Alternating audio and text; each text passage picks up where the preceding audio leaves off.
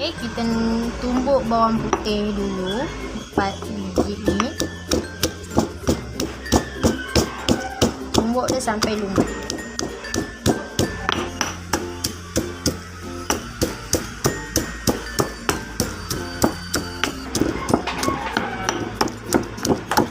Okay, dah halus.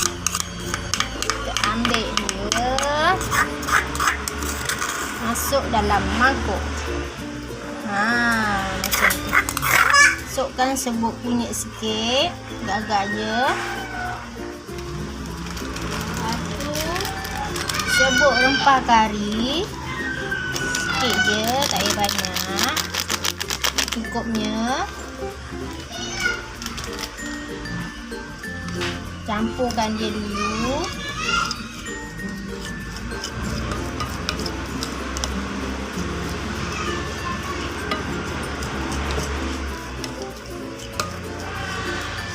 Kita masukkan perasa ayam, cukupnya je.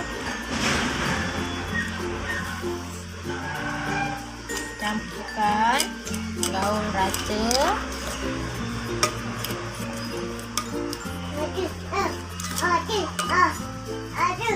Okey, kita masukkan telur sebiji.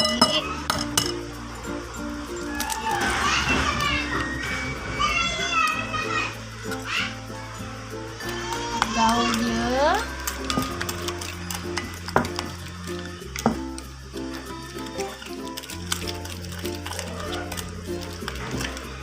Bagi siapa nak pedas, boleh gunakan serbuk kari ayam yang pedas. Kalau tak nak pedas, guna yang biasa, yang original. Masukkan sedikit air, beras.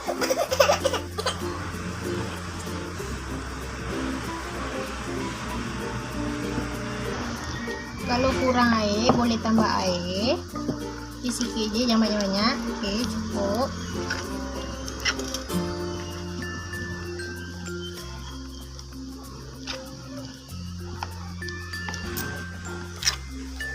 Okey, kita yang paling penting kita masukkan air kapur sikit. Sikit je. Cukup. So, kacaukan dia.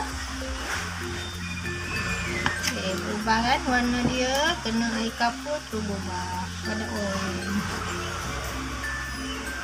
Okay, sekarang dah siap semua. Kita masukkan ayam, ulah tengah dia sikit biar bumbu dia meresap.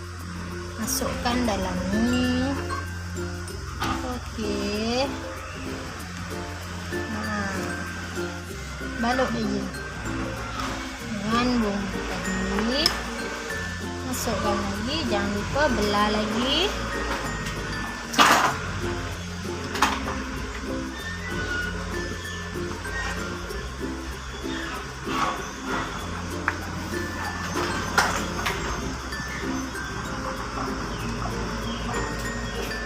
Okey, kita perapkan dulu dia sekejap. Agak-agak dah meresap dia punya bumbu, barulah kita goreng dia.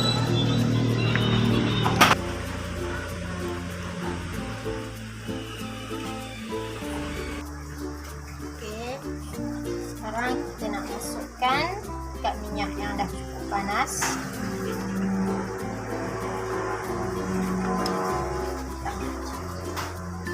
Bismillahirrahmanirrahim.